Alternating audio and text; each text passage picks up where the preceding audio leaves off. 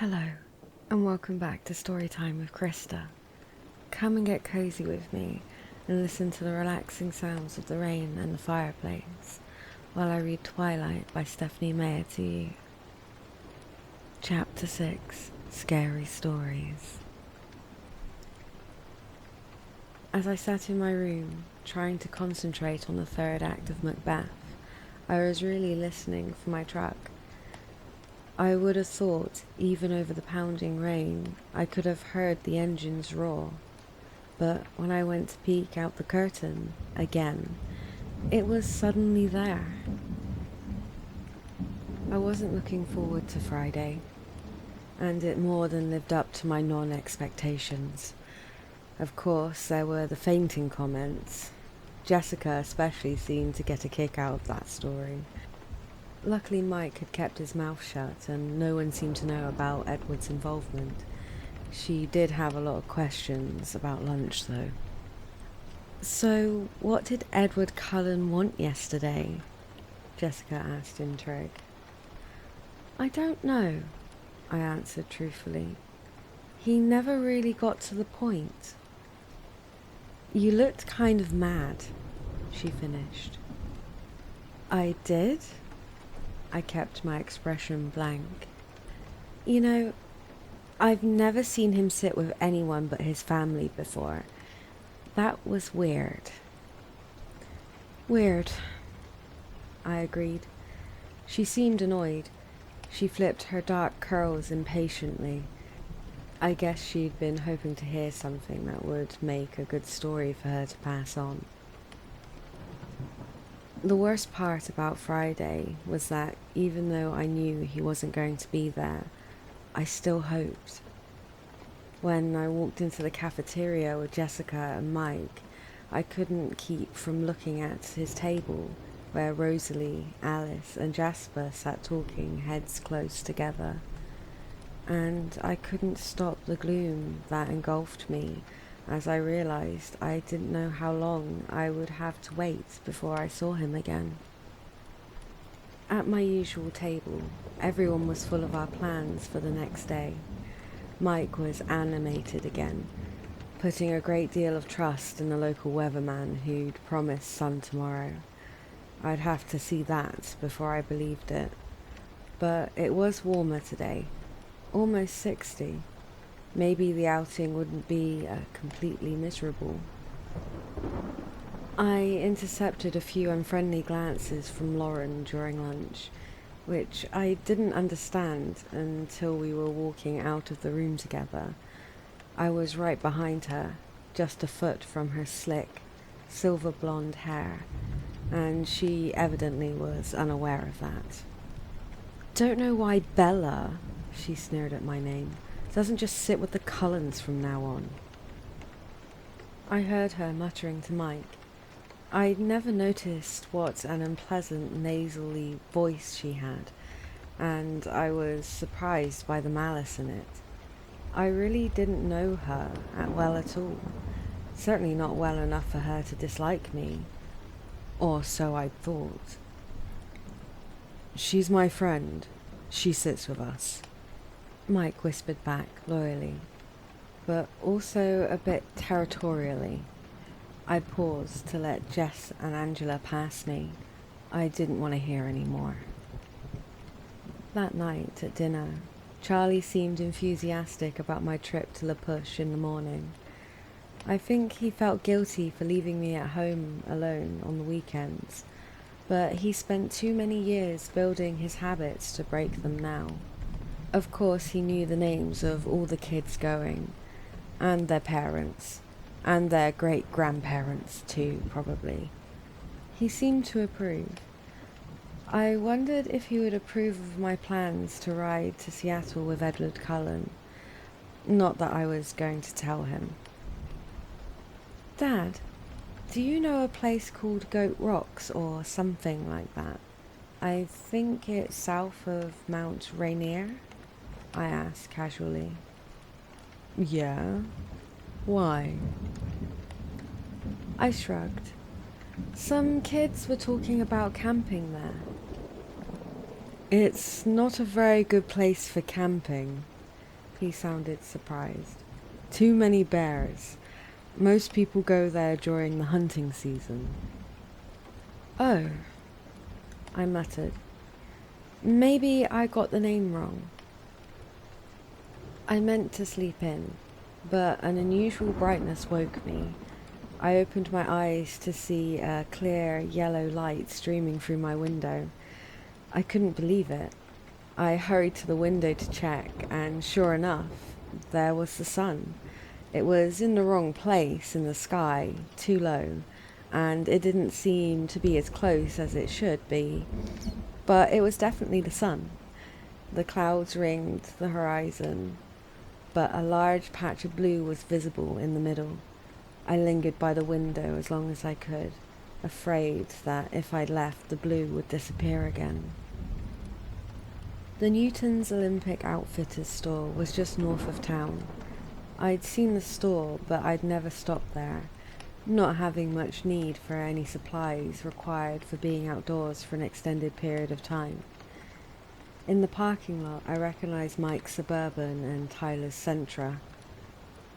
As I pulled up next to their vehicles, I could see the group standing around the front of the Suburban. Eric was there, along with two other boys I had class with. I was fairly sure their names were Ben and Connor. Jess was there, flanked by Angela and Lauren. 3 other girls stood with them, including one I remembered falling over in gym on Friday. That one gave me a dirty look as I got out of the truck and whispered something to Lauren. Lauren shook out her corn silk hair and eyed me scornfully. So, it was going to be one of those days. At least Mike was happy to see me. You came, he called, delighted. And I said it would be sunny today, didn't I? I told you I was coming, I reminded him. We're just waiting for Lee and Samantha, unless you invited someone, Mike added. No, I lied lightly, hoping I wouldn't get caught on the lie, but also wishing that a miracle would occur and Edward would appear. Mike looked satisfied. Will you ride in my car? It's that or Lee's mum's minivan. Sure. He smiled blissfully. It was so easy to make Mike happy. You can have shotgun, he promised. I hid my cringe. It wasn't as simple to make Mike and Jessica happy at the same time. I could see Jessica glowering at us now. The numbers worked out in my favour, though. Lee brought 2 extra people, and suddenly every seat was necessary. I managed to wedge Jess in between Mike and me in the front seat of the Suburban. Mike could have been more graceful about it, but at least Jess seemed happy. It was only 15 miles to La Push from Forks, with gorgeous, dense green forests edging the road most of the way, and the Quileute River snaking beneath it twice. I was glad I had the window seat. We'd rolled the windows down. The Suburban was a bit claustrophobic with 9 people in it, and I tried to absorb as much sunlight as possible. I'd been to the beaches around La Push many times during my Forks summers with Charlie, so the mile-long crescent of First Beach was familiar to me. It was still breathtaking. The water was dark grey, even in the sunlight, white-capped and heaving to the grey, rocky shore. Islands rose out of the still harbour waters with sheer cliff sides, reaching to uneven summits, and crowned with austere, soaring firs. The beach only had a thin border of actual sand at the water's edge, after which it grew into millions of large, smooth stones that looked uniformly grey from a distance, but close up they were every shade of stone could be: terracotta, sea green, lavender, blue-grey, dull gold. The tide line was strewn with huge driftwood trees, bleached bone white in the salt waves, some piled together against the edge of the forest fringe, some laying solitary just out of reach of the waves. There was a brisk wind coming off the waves, cool and briny. Pelicans floated on the swell while seagulls and a lone eagle wheeled around above them. The clouds still circled the sky, threatening to invade at any moment, but for now the sun shone bravely in its halo of blue sky. We picked our way down to the beach, Mike leading the way to a ring of driftwood logs that had obviously been used for parties like ours before. There was a fire circle already in place, filled with black ashes. Eric and the boy I thought was named Ben gathered broken branches of driftwood from the drier piles against the forest edge, and soon had a teepee construction built atop the old cinders. "Have you ever seen a driftwood fire?" Mike asked me. I was sitting on one of the bone-coloured benches, the other girls clustered gossiping excitedly on the other side of me. Mike kneeled by the fire, lighting one of the smaller sticks with a cigarette lighter. "No," I said as he placed the blazing twig carefully against the teepee. "You'll like this then. Watch the colours." He lit another small branch and laid it alongside the first. The flames started to lick quickly up the dry wood. "It's blue," I said in a surprise. "The salt does it. Pretty, isn't it?" He lit one more piece and placed it where the fire hadn't caught yet, and then came to sit by me. Thankfully, Jess was sat on his other side. She turned to him and claimed his attention. I watched the strange blue-green flames crackle towards the sky. After half an hour of chatter, some of the boys wanted to take a hike to the nearby rock pools. It was a dilemma. On the one hand, I loved the tide pools. They had fascinated me since I was a child. They were one of the only things I ever looked forward to when I had come to Forks. On the other hand, I'd also fallen into them a lot. Not a big deal when you're 7 and you're with your dad. It reminded me of Edward's request that I not fall into the ocean. Lauren was the one who made my decision for me. She didn't want to hike, and she was definitely wearing the wrong shoes for it. Most of the other girls, besides Angela and Jessica, decided to stay on the beach as well.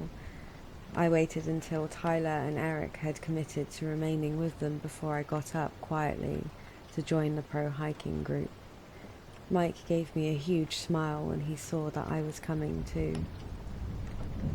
The hike wasn't too long, though I hated to lose the sky in the woods. The green light of the forest was strangely at odds with the adolescent laughter, too murky and ominous to be in harmony with the light banter around me. I had to watch each step as I took very carefully, avoiding roots below and branches above, and I soon fell behind. Eventually I broke through the emerald confines of the forest and found the rocky shore again. It was a low tide, and the tidal river flowed past us on its way out to the sea. Along its pebbled banks, shallow pools that never completely drained were teeming with life. I was very cautious not to lean too far over the little ocean ponds. The others were fearless, leaping over rocks, perching precariously on the edges. I found a very stable-looking rock on the fringe of one of the largest pools and sat there cautiously, spellbound by the natural aquarium below me. The bouquets of brilliant anemones undulated ceaselessly in the invisible current. Twisted shells scurried about the edges, obscuring the crabs within them, starfish stuck motionless to the rocks and each other, while one small black eel with white racing stripes wove through the bright green weeds, waiting for the sea to return. I was completely absorbed, except for one small part of my mind that wondered what Edward was doing right now, trying to imagine what he would say if he were here with me. Finally, the boys were hungry. I got up stiffly to follow them back. I tried to keep up better this time through the woods, so naturally I fell a few times. I got some shallow scrapes on the palms, and the knees of my jeans were stained green, but it could have been worse. When we got back to First Beach, the group we had left behind had multiplied.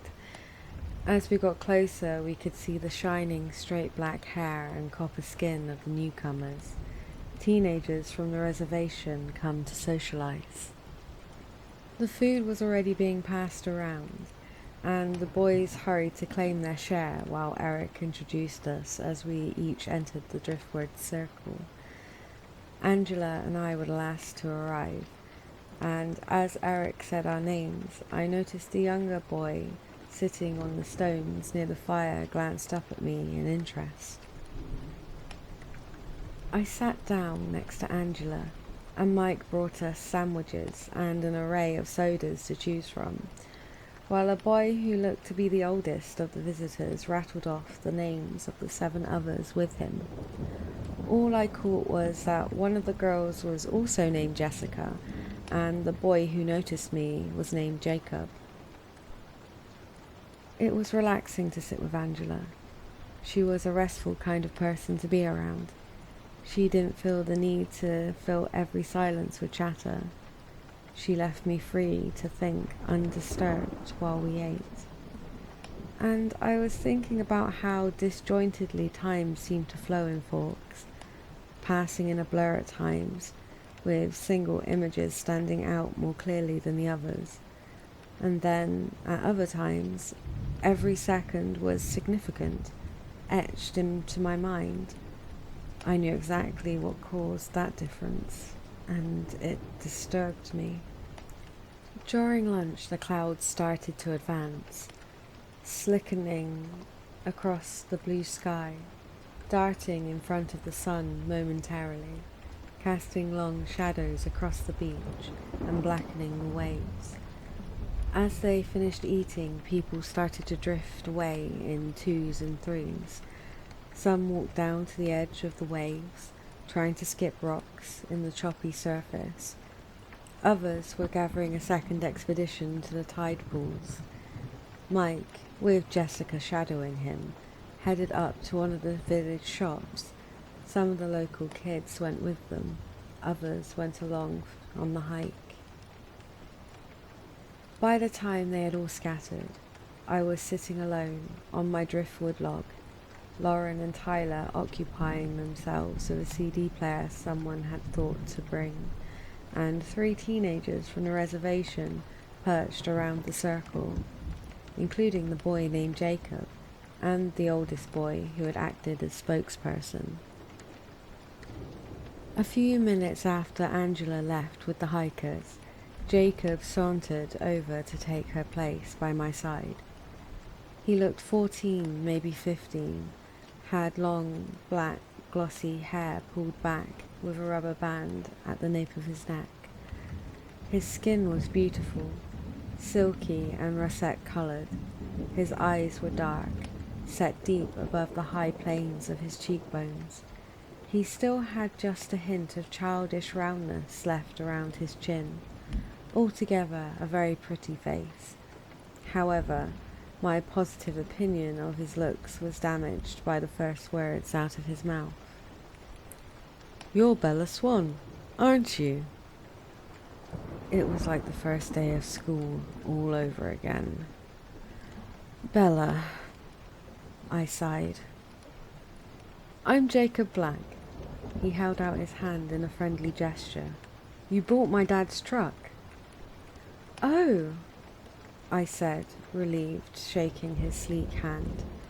You're Billy's son. I should probably remember you. No, I'm the youngest of the family. You would remember my older sisters. Rachel and Rebecca, I suddenly recalled. Charlie and Billy had thrown us together a lot during my visits to try and keep us busy while they fished. We were all too shy to make much progress as friends. Of course, I'd kicked up enough tantrums to end the fishing trips by the time I was 11. Are they here? I examined the girls at the ocean's edge, wondering if I would recognize them now. No, he shook his head. Rachel got a scholarship to Washington State, and Rebecca married a Samoan surfer. She lives in Hawaii now. Married? Wow. I was stunned. The twins were only a little over a year older than I was. So how do you like the truck? He asked. I love it. It runs great. Yeah, but it's really slow, he laughed. I was so relieved when Charlie bought it. My dad wouldn't let me work on building another car when we had a perfectly good vehicle right there. It's not that slow, I objected. Have you tried to go over 60? No, I admitted. Good. Don't. He grinned. I couldn't help but grin back. It does great in a collision, I offered in my truck's defense. I don't think a tank could take out that old monster, he agreed with another laugh. So you build cars? I asked, impressed. When I have the free time and parts. You wouldn't happen to know where I could get my hands on a master cylinder for a 1986 Volkswagen Rabbit? He added jokingly. He had a pleasant, husky voice. Sorry, I laughed. I haven't seen any lately, but I'll keep my eyes open for you. As if I knew what that was. He was very easy to talk with. He flashed me a brilliant smile, looking at me appreciatively, in a way I was learning to recognize. I wasn't the only one who noticed. You know Bella, Jacob? Lauren asked in what I imagined was an insolent tone from across the fire. We've sort of known each other since I was born. He laughed, smiling at me again. How nice. She didn't sound like she thought it was nice at all. Her pale, fishy eyes narrowed. Bella, she called again, watching my face carefully. I was just saying to Tyler that it was too bad that none of the Cullens could come out today. Didn't anyone think to invite them? Her expression of concern was unconvincing. You mean Dr. Carlisle Cullen's family? The tall, older boy asked before I could respond, much to Lauren's irritation. He was really closer to a man than a boy, and his voice was really deep. Yes, do you know them? She asked condescendingly, turning halfway towards him. The Cullens don't come here, he said in a tone that closed the subject, ignoring her question. Tyler, trying to win back her attention, asked Lauren's opinion on a CD he held. She was distracted. I stared at the deep-voiced boy, taken aback, but he was looking away towards the dark forest behind us. He said that the Cullens didn't come here, but his tone had implied something more. That they weren't allowed, they were prohibited. His manner left a strange impression on me, and I tried to ignore it without success. Jacob interrupted my meditation. So Fork's driving you insane yet? Oh, I would say that's an understatement, I grimaced. He grinned understandingly. I was still turning over the brief comment on the Cullens, and I'd had a sudden inspiration. It was a stupid plan, but I didn't have any better ideas. I'd hoped that young Jacob was yet inexperienced around girls, so he wouldn't see through my sure-to-be pitiful attempt at flirting. "Do you want to walk down the beach with me?" I asked, trying to imitate the way Edward had of looking up from underneath his lashes. I couldn't have nearly the same effect, I was sure, but Jacob jumped up willingly enough. As we walked north across the multi-hued stones towards the driftwood seawall, the clouds finally closed ranks across the sky, causing the sea to darken and the temperature to drop. I shoved my hands deep into the pockets of my jacket. "So, you're what, 16? I asked, trying not to look like an idiot as I fluttered my eyelashes the way I'd seen girls do on TV. "I just turned 15, he confessed, flattered. "Really?" My face was full of false surprise. "I would have thought you were older." "I'm tall for my age," he explained. "Do you come up to Forks much?" I asked, archly, as if I was hoping for a yes. I sounded idiotic to myself. I was afraid he would turn on me with disgust and accuse me of my fraud, but he still seemed flattered. "Not too much," he admitted with a frown. "But when I get my car finished, I can go up as much as I want. After I get my license," he amended. Who was that boy Lauren was talking to? He seemed a little old to be hanging out with us.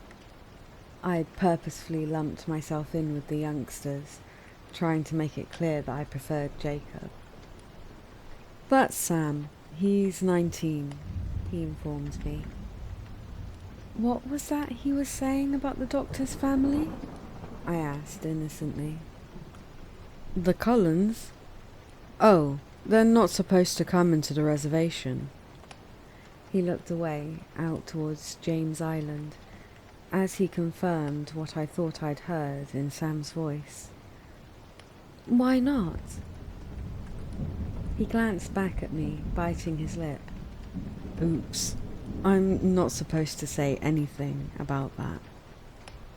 "Oh, I won't tell anyone. I'm just curious." I tried to make my smile alluring, wondering if I was laying it on a little too thick.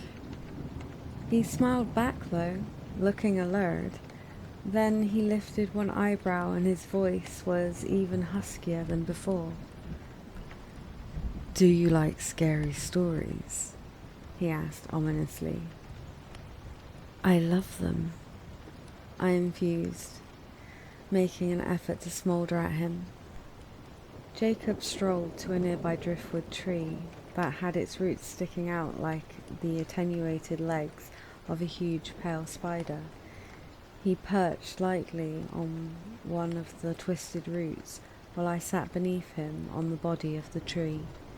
He stared down at the rocks, a smile hovering around the edges of his broad lips.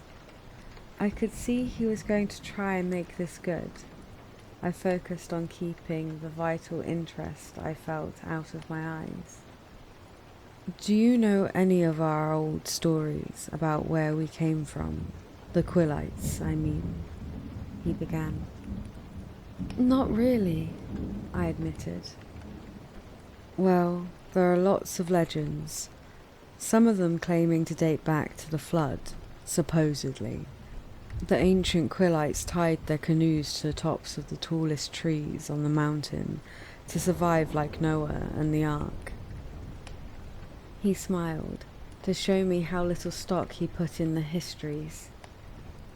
"Another legend claims that we are descended from wolves and that the wolves are our brothers still. It's against tribal law to kill them." there are other stories about the cold ones. His voice dropped a little lower. The cold ones? I asked, not faking my intrigue now. Yes, there are stories of the cold ones as old as the wolf legends, and some much more recent. According to legend, my own great-grandfather knew some of them. He was the one who made the treaty to keep them out on off our land. He rolled his eyes. Your great-grandfather? I encouraged. He was a tribal elder, like my father. You see, the cold ones are natural enemies of the wolf. Well, not the wolf, really, but the wolves that turn into men, like our ancestors. You would call them werewolves? Werewolves have enemies? Only one. I stared at him earnestly, hoping to disguise my impatience as admiration. So you see, as Jacob continued, the cold ones are traditionally our enemies, but this pack that came to our territory during my great-grandfather's time was different. They didn't hunt the way the others did. They weren't supposed to be dangerous to our tribe. So my great-grandfather made a truce with them, if they would promise to stay off our land. We wouldn't expose them to the pale-faces. He winked at me. If they weren't dangerous, then why? I tried to understand, struggling not to let him see how seriously I was considering his ghost story. There's always a risk for humans to be around the cold ones, even if they're civilized like this clan. You never know when they might get too hungry to resist. He deliberately worked a thick edge of menace into his tone. What do you mean, civilized? They claimed that they didn't hunt humans. They supposedly were somehow able to prey on animals instead. I tried to keep my voice casual. So, how does that fit in with the Cullens? Are they like the cold ones your great-grandfather met? No. He paused dramatically. They are the same ones. He must have thought the expression on my face was fear inspired by his story. He smiled, pleased, and continued. There are more of them now, a new female and a new male, but the rest are the same. In my great-grandfather's time, they already knew of the leader, Carlyle. He'd been here and gone before your people had even arrived. He was fighting a smile. And what are they? I finally asked. What are the cold ones? He smiled darkly. Blood drinkers, he replied in a chilling voice. Your people call them vampires. I stared out at the rough surf after he answered, not sure what my face was exposing. You've got goosebumps, he laughed delightedly. You're a good storyteller, I complimented him, still staring into the waves. Pretty crazy stuff, though, isn't it? No wonder my dad didn't want us talking about it to anyone. I couldn't control my expression enough to look at him yet. Don't worry, I won't give you away. I guess I just violated the treaty. He laughed. I'll take it to my grave, I promised, and then I shivered. Seriously, though, don't say anything to Charlie. He was pretty mad at my dad when he heard that some of us weren't going to the hospital since Dr. Cullen started working there. I won't, of course not. So, do you think we're a bunch of superstitious natives, or what? He asked, in a playful tone, but with a hint of worry. I still hadn't looked away from the ocean. I turned and smiled at him as normally as I could. No, I think you're very good at telling scary stories, though I still have goosebumps, see? I held up my arm. Cool, he smiled. And then the sound of beach rocks clattering against each other warned us that somebody was approaching. Our heads snapped up at the same time to see Mike and Jessica about 50 yards away, walking towards us. There you are, Bella, Mike called in relief, waving his arm over his head. Is that your boyfriend? Jacob asked, alerted by the jealous edge in Mike's voice. I was surprised it was so obvious. No, definitely not, I whispered. I was tremendously grateful to Jacob and eager to make him as happy as possible. I winked at him, carefully turning my head away from Mike to do so. He smiled, elated by my inept flirting. So, when I get my license, he began. You should come and see me in Forks. We could hang out sometime. I felt guilty as I said this, knowing that I'd used him, but I really did like Jacob. He was someone I could easily be friends with. Mike had reached us now, with Jessica still a few paces back.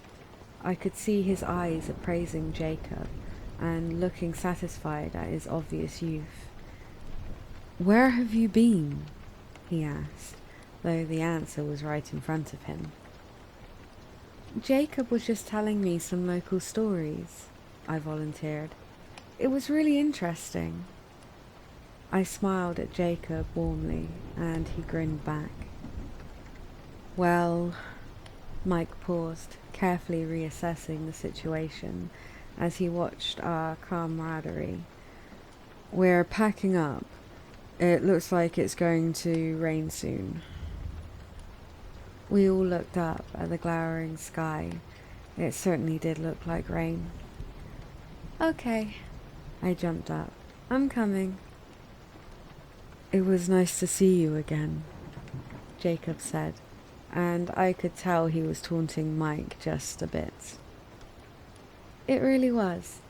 Next time Charlie comes down to see Billy, I'll come too, I promised. His grin stretched across his face. That would be cool. And thanks, I added earnestly. I pulled my hood up as we tramped across the rocks towards the parking lot. A few drops were beginning to fall, making black spots on the stones where they landed.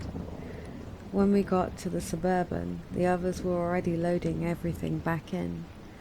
I crawled into the back seat by Angela and Tyler, announcing that I had already had my turn at shotgun position. Angela just stared out of the window at the escalating storm, and Lauren twisted round in the middle seat to occupy Tyler's attention, so I could just simply lay my head back on the seat and close my eyes and try very hard not to think. Thank you for listening.